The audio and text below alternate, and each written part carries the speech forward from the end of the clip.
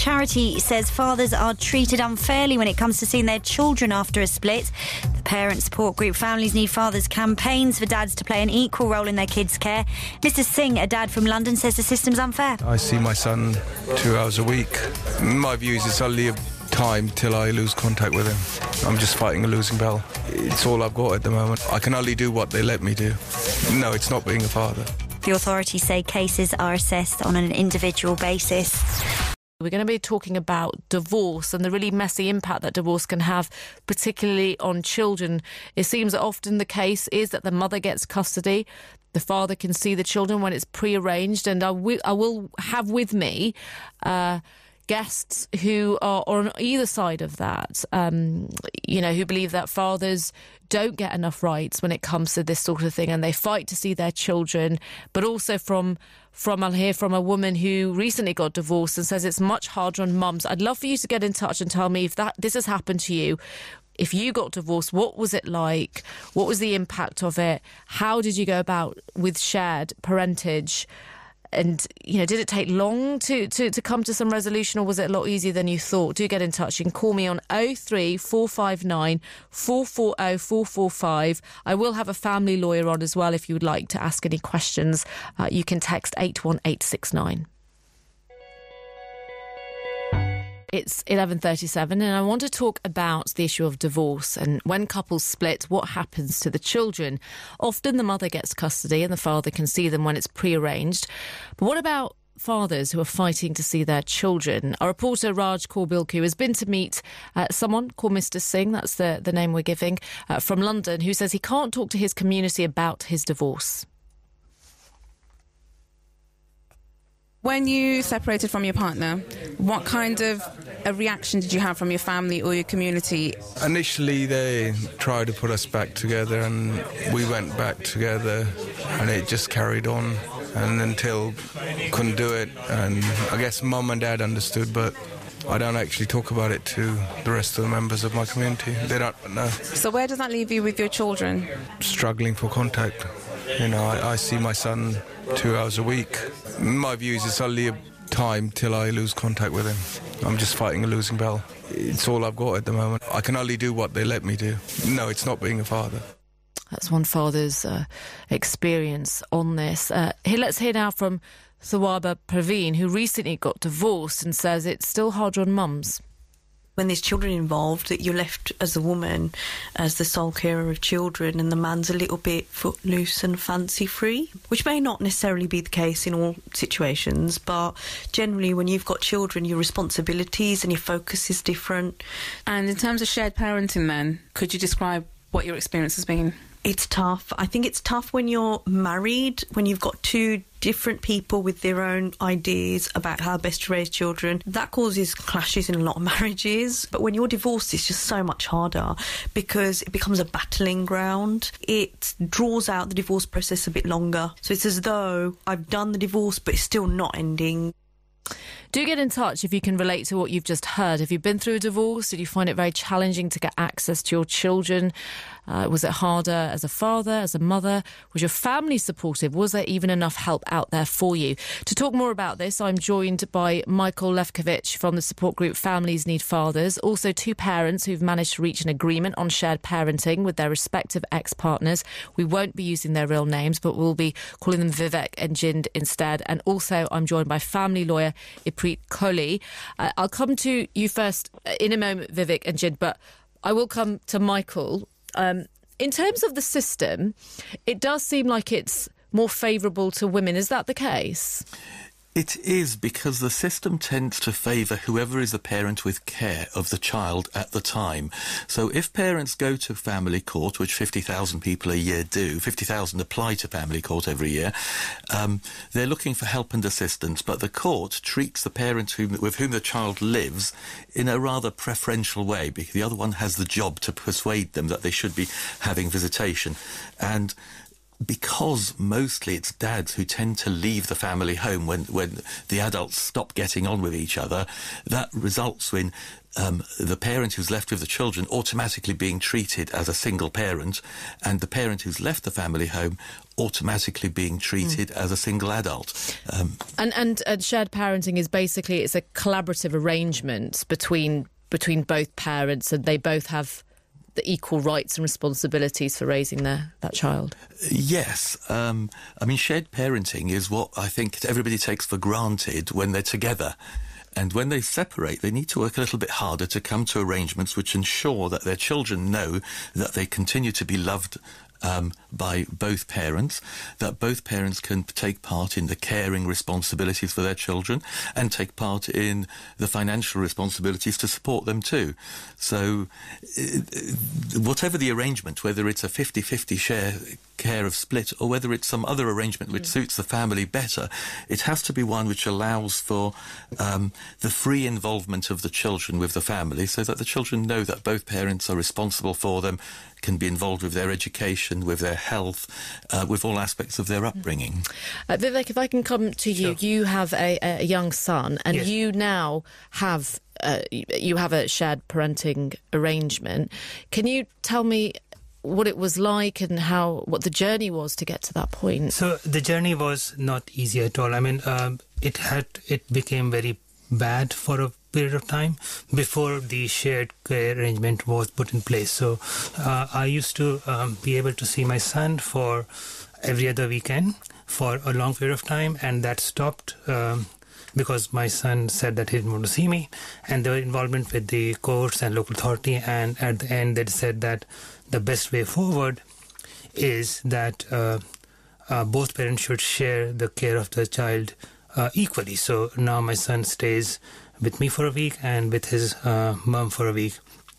But to get to that, it meant that for a long period of time, my son didn't get to see me at all, and that was probably the most traumatic thing for both my son and I. That for whatever reason, we could not have contact for almost about 10 months or so.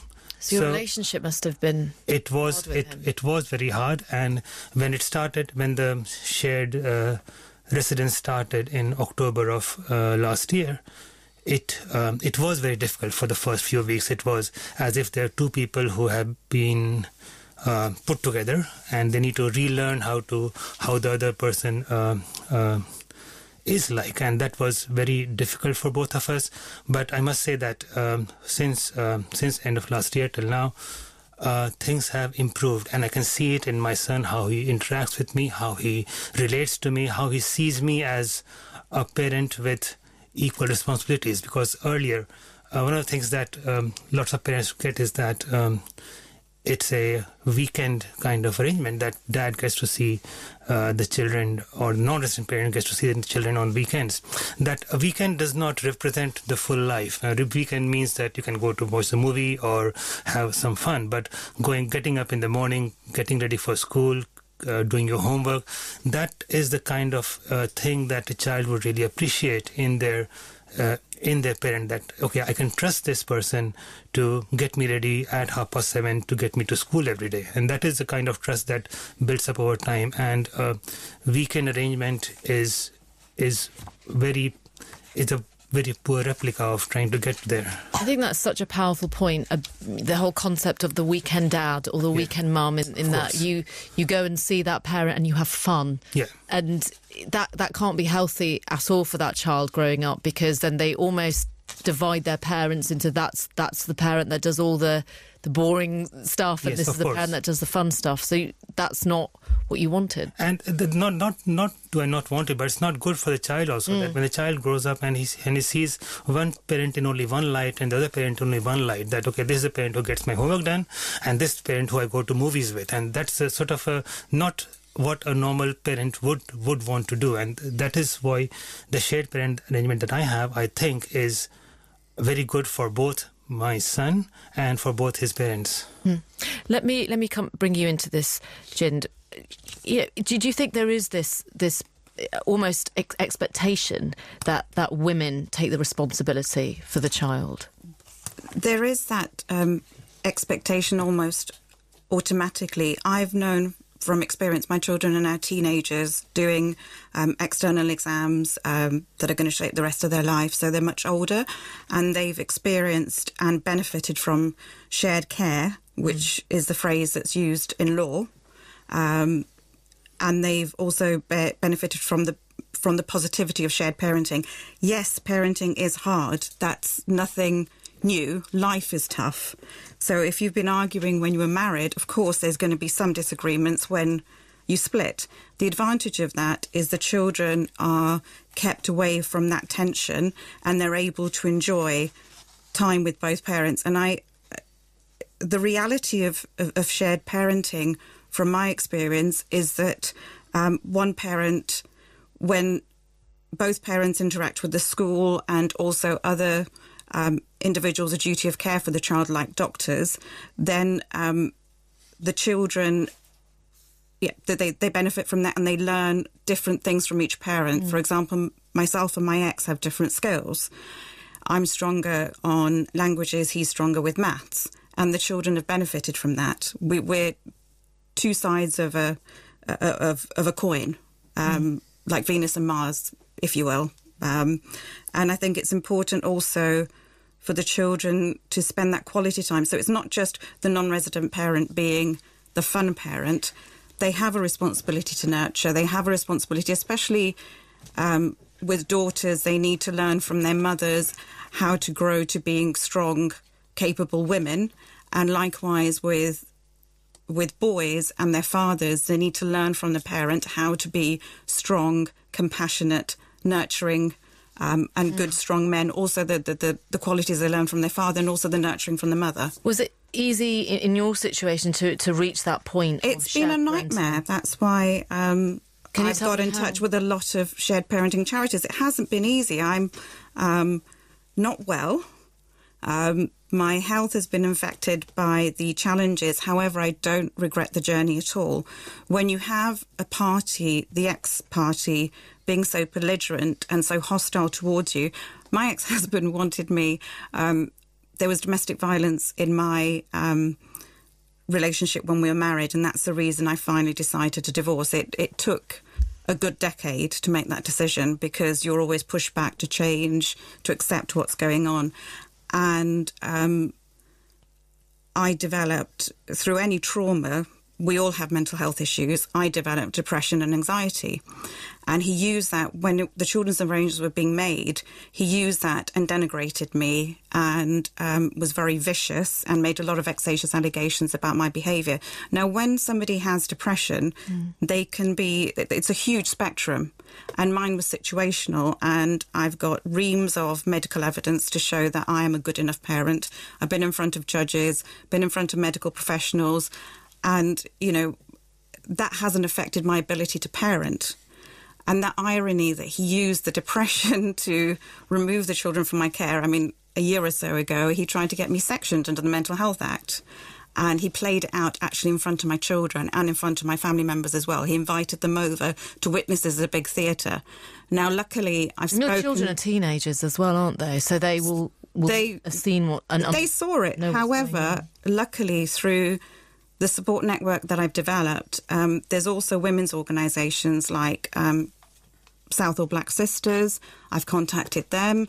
Although I don't live in their area, they still would offer me support, and I'm very grateful to them. I've contacted shared parenting charities like Families Need Fathers, who are very well respected. I've been a member of Mothers Apart from Their Children, and I've read books. And I've also, the most significant book I read, and one of the most significant parenting gurus that I met, was Steve Biddulph. He's very well renowned. All the bookshops sell his books. He wrote the book Raising Boys, and in his seminar, he did intimate how different boys and girls are. And he also advocated for all boys schools, and luckily my children go to an all-boys school, because it helps the child develop. We have to develop, as a community, more skills in emotional intelligence. We can't just, when parents split as adults, it's a parental split. There's reams and reams of evidence, and people can find it on the Families Need Fathers website, as well as other websites, like the Custody Minefield. that they can gather information, and it's about empowering yourself, seeing yourself as a warrior. So I see myself as a gender parity warrior and also a shared parenting warrior because my children have benefited from it. And also the interactions with the teachers, I will see there is a record that I've seen different issues in schools than their father has seen. And the children have benefited from that because, you know, one is from Venus and one is from Mars. I don't know which way round it is. But it's the point is men and women are very different. And that's to be celebrated. Shabana Azmi, she released a film last year, and I was lucky enough to go and see her down the road at the Regent Street Cinema. She actually came and introduced her film during an Indian Film Festival. And she's a feminist, and she is an advocate for women. And she said, I'm not saying that girls and boys, one is better than the other. She said that they're different. Yeah. And yes, they are different. And I guess that's coming back to you, Michael, the whole point of why shared parenting works. It's very important to children's own self-identity. They are girls and boys, and they need to learn how to grow up in a family where there are fathers and there are mothers, and they will see it as part of their roots. So if the relationship between the parents is broken down, unless the relationship with the children hasn't necessarily broken down. So the children should continue to maintain those good, healthy relationships because they have a sense of where they're from, where they come from, who their families are. And when one side of the family is denigrated, the children themselves feel denigrated. Half of them feels like it's dirty, it's bad. So it's very unhealthy. And all the research studies show that where parents are capable, and even when they're not very good at parenting apart, when they do actually have joint parenting arrangements, the health of the children is better, their educational outcomes are better. A parent in joint care, children brought up in joint care, where joint care is defined as at least 35% with each of the parents, have 30% lower likelihood of mental health issues than those who are in single-parent care. So there's so many benefits from coming to an amicable arrangement. Let me bring in, we've got Jasmine who's texted in, but we've also got, as I mentioned, Iprit Kohli, who's a family lawyer. Jasmine, what would you like to say? And I'll come to Iprit in a moment. I was just going to talk about my experience. Me and my wife, we separated and divorced over 8 years ago, and we didn't actually get the family involved in the decision because we kind of knew what was going to happen. They would, keep pushing us back together again, and then we'd been together for 20 years, and through differences, we just decided that it wasn't working. And my wife, my ex-wife, if it wasn't for her and her strength of character, I would not have had this amazing relationship I've got with my daughters. We constantly worked together, we constantly communicated. Even when things were quite painful between both of us, for both of us, we tried to remain focused on the needs of our children. I was actively involved on a very daily basis when I divorced and left the family home, and the communication, like I said, if it wasn't for the effective communication between us, it could have potentially destroyed my relationship with my daughters. Yeah. Let me, really good point there made, and I'm glad that you're at a place where it is working. And if I can bring you into this, and when it comes to shared parenting, what is the attitude like towards it, generally speaking, in the Asian community? I think the courts are now very alive to the fact that a child, it's very much about the welfare of the child and the child's need and right to have both parents in their life. And I think all the people that have spoken so far are actually really heartening examples of why it can work when both parents really put that at the forefront of their minds. Within the Asian community, the issues that commonly tend to arise tend to be that in many cases, and I know this is a generalisation, but by default, the mother, particularly during the marriage, will take on the majority of the primary carer role. And often then what happens is when they separate, the mother instinctively has this concern that the father may not be able to properly care for the children. And part of that, I think, is because they've never really had the opportunity to. So, as someone mentioned earlier, it was only when they actually had the opportunity and the children stopped seeing them as a fun parent, they could almost step up and be a kind of full-time parent, and that really benefited the children. The other issue that tends to arise commonly within Asian families is the involvement of the extended family, particularly the paternal extended family, because a common criticism, again, is because the fathers may not have the confidence to immediately properly care for their children full-time, there tends to be a reliance on the extended family, and they'll ensure that contact is arranged when, their mum or their dad or their other nieces and nephews are around. They've got somebody else to kind of share the care. And the mother then sees that as an inability by the father to independently care for the children. So I think it's a different challenge when Asian couples are separating, because there has to be that understanding between the parents and the ability to set aside their personal feelings and emotions, however hard those may be, and difficult that may be. We have to go to the news in about 4 minutes, but I hope you can stay on for a little bit after the hour, because I think this is some really important stuff that you're mentioning here. And Vivek, if I can bring you back into this, just on the point of what Preet said about, extended family, and, maybe it's a generalisation that, maybe the Asian community aren't great with shared parenting. Did you find that? I don't have a huge amount of family here, but what I did find was that if you ask for help, people are willing to help. And the help that people mostly need is from the schools to be able to support the fact that after school care is in such a way that both the parents have got access to the child to pick them from school, drop them off to school. That's more practical help that people need. The thing is that if a woman is able to take care for a child, there's nothing that says that man can't take care of a child. there's nothing dramatically scientific or complicated about taking care of a child. Do you think there is that kind of, deep-rooted cultural belief that women are the ones that are better at looking after children? And, that's what I mean by there's an expectation on women to take over as parents. And so maybe the men get sidelined in this way. There's not just a belief. It's not really limited to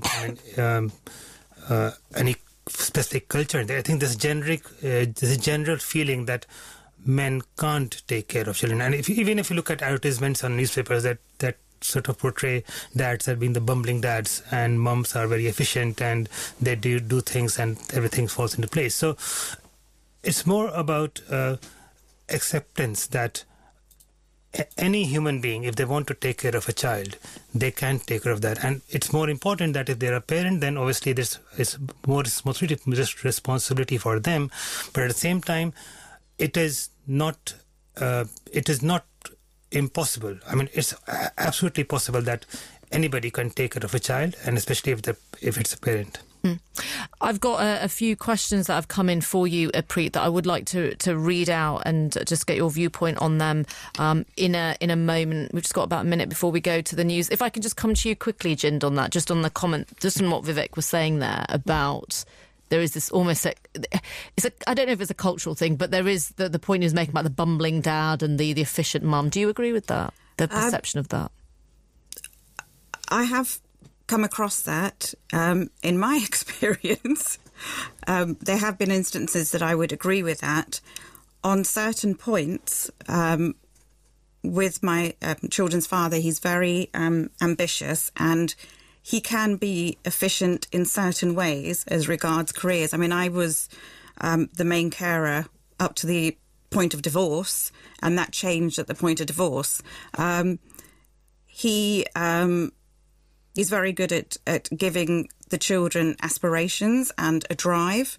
Hold your thoughts. Whereas Yeah, we're going to go to the news. It's just gone 12 o'clock.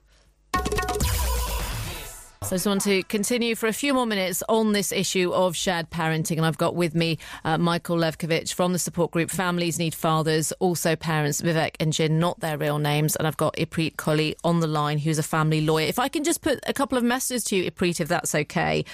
This person has said, my husband and I have agreed to end our marriage, but he'll only move out if I present him with divorce papers. What's the cheapest way of doing this? He won't move out and sort out ourselves.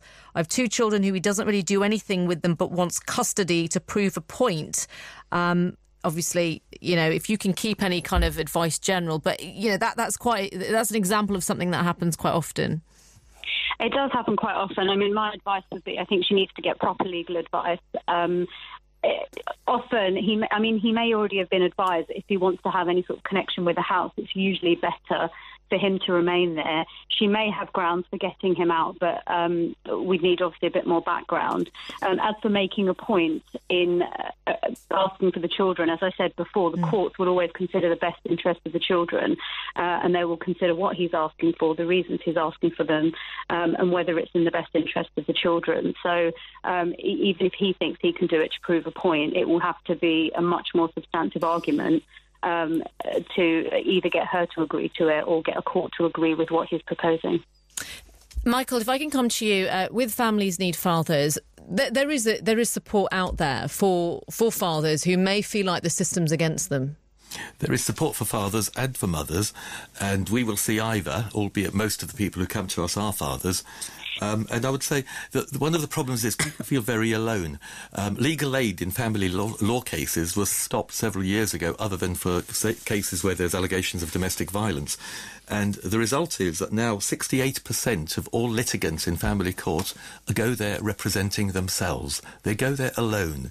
They're in a difficult situation where the emotions are high, the issues are very important to them. That's a very, very vulnerable place for them to be. So we are seeing lots of people coming to our local meetings and branches that we have all over the country, and where they can meet others and others who have experience of the family justice system and get the help that they need, even if they can't afford a lawyer, because it can get very expensive if you're dealing with it through family solicitors and barristers.